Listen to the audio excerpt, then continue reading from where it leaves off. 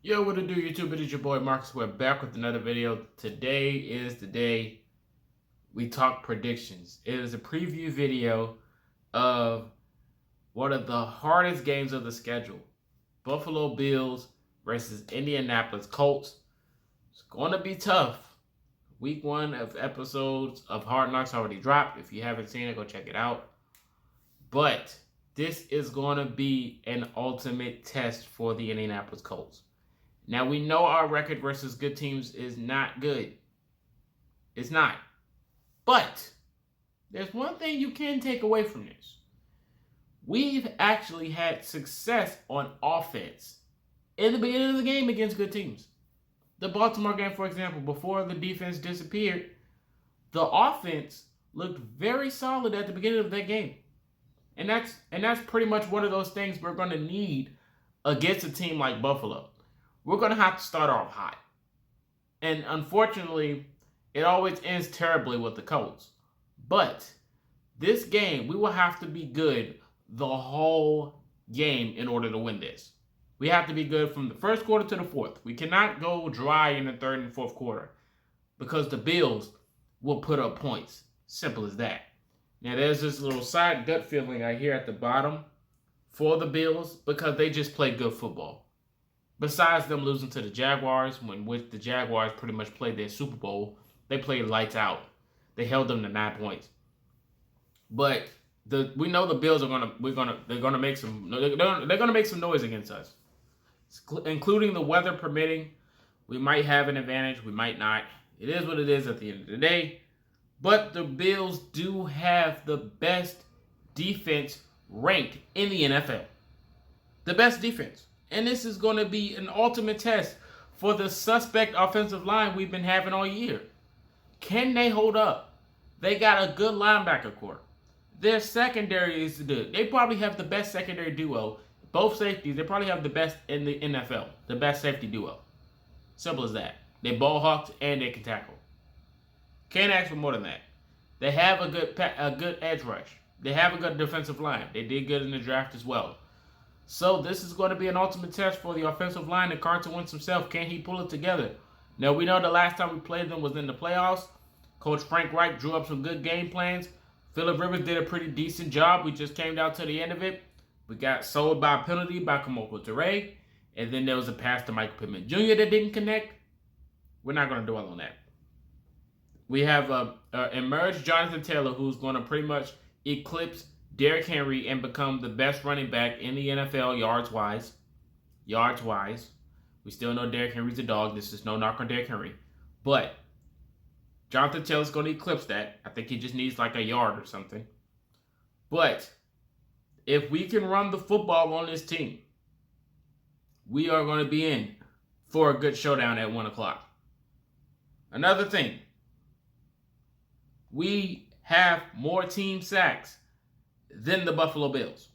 The Buffalo Bills ranked in sacks as a team as of today is 19. The Colts have 22. Does that mean something? Absolutely not, because our edge rush is non-existent. But the edge rush has been getting better as the week has progressed.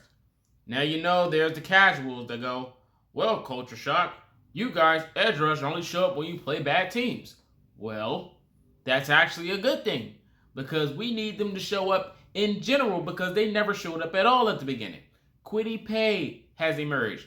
Hurricane Dio just had a game-saving fumble last week against the Jacksonville Jaguars. Now, when we're going into this game, we would love to see Hurricane Dio against this Bills team and put pressure towards Josh Allen because you know they've been watching film and they're going to do a lot of play-action rollout. But if we can do anything, any type of pressure, if we can force any type of pressure and get Josh Allen uneasy, we're going to be in for a good game. We should be looking at the film of the Jacksonville Jaguars to see what they did, even though it was pretty much one person that pretty much tortured Josh Allen, which was Josh Allen. We need to take that game plan, script it, and put it into ours going into this week. We need to include that game plan into this game in order to try to win. Because we're going to need our defense to step up. Our young corners in Rocky Sin and Isaiah Rodgers, which we're adamant about, is going to have to show up today. They're going to have to show up against the Bills.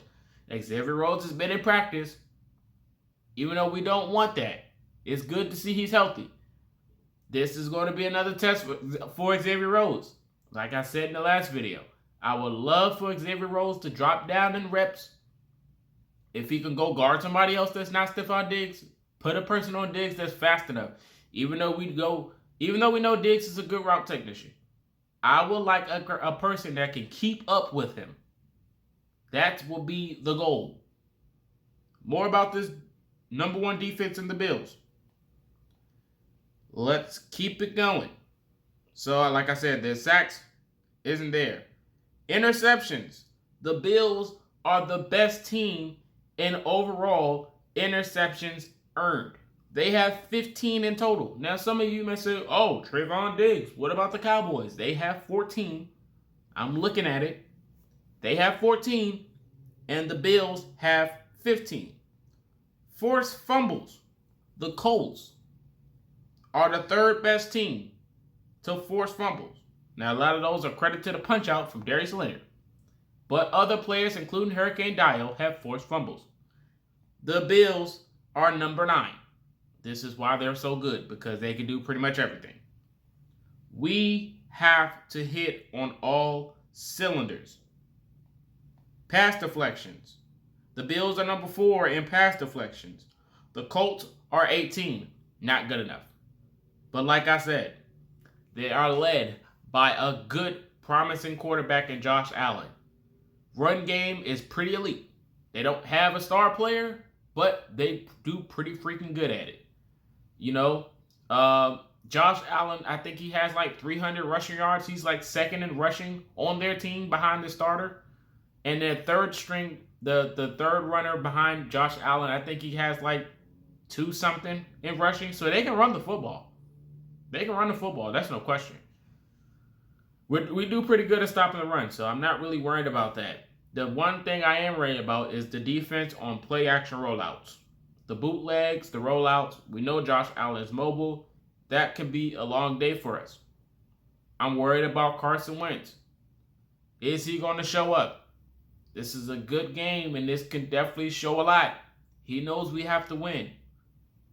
He knows. I'm pretty sure he's going to put it in. I'm pretty sure he's going to put in work. Like I said, the doubt is there. It should be there for every game because we're not perfect. But I do think we can pull this game off. We have a little Mother Nature on our side like they did in that San Francisco game. Once we started to get it adjusted to that weather, we played some good football on prime time against the 49ers. If we get adjusted to the weather in Buffalo, I feel like we'll have another good game. The thing that killed us in that game was penalties, and penalties. It was not Phillip Rivers. It was the defense. I will give them that they did show up on a few plays. But the penalties was another thing that pretty much tortured us in that playoff game against the Bills last year. Also, coaching came down to that as well. But hey, it is what it is. You need your guys to execute, so I can't blame it all on coaching. But penalties was the huge reason for the Colts. And they have been tested with penalties this year. The Colts have been tested, but they are probably one of the least penalized teams in the NFL, so that's good credit. Hopefully, that doesn't change on Sunday. So like I said, Jonathan Taylor should be the go-to guy. I feel like he can emerge and have another good game if we just keep feeding him. Don't go away. If we shy away, feed Michael Pittman Jr. because he was a nuisance last game. He wasn't really used. I feel like he should have been used more last game, and the game wouldn't have been as close because he made some big plays at the end. Ashton Doolin had a good play at the end of the game, but he shouldn't be the go-to guy either. Jack Doyle's reliable. Feed him if you can. But Jonathan Taylor should be the key to success. We do not need Carson Wentz forcing any type of boneheaded plays because the defense for the Bills is just that good and they will make you pay. Simple as that. That's a bar.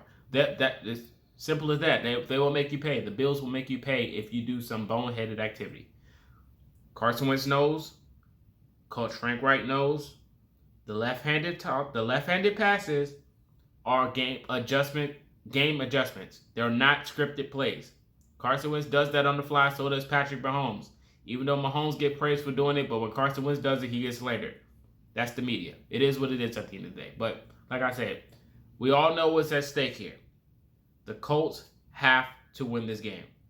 There are no more games we need to be losing. Now, of course, the team is better, and if they do win, it is what it is. They're the better team. But the Colts can also win this game.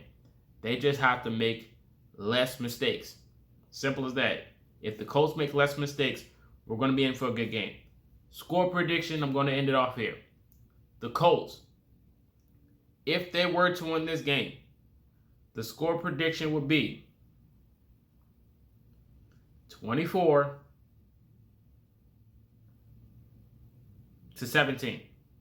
24-17 Colts is my score prediction. You guys let me know your score. If you have the Bills winning, I just want to put this out there. If you have the Bills winning, I do not care. I understand. The Bills are a better team, but they do have bad days. They do have bad days, just like the Colts. It is any given Sunday. The Jaguars proved that. They have Trevor Lawrence, who hasn't had a good season, and we got Carson Wentz. So I would love to know the difference. I would love to know the difference. You cannot take Lawrence over Wentz at this point, even though Lawrence has a brighter future. But as of now, you cannot take Lawrence over Wentz. But like I said, you let me know your score predictions in the comment section. I will see you guys until next time. This is Marcus, and I know for sure after watching this video, you've been culture shocked. Peace.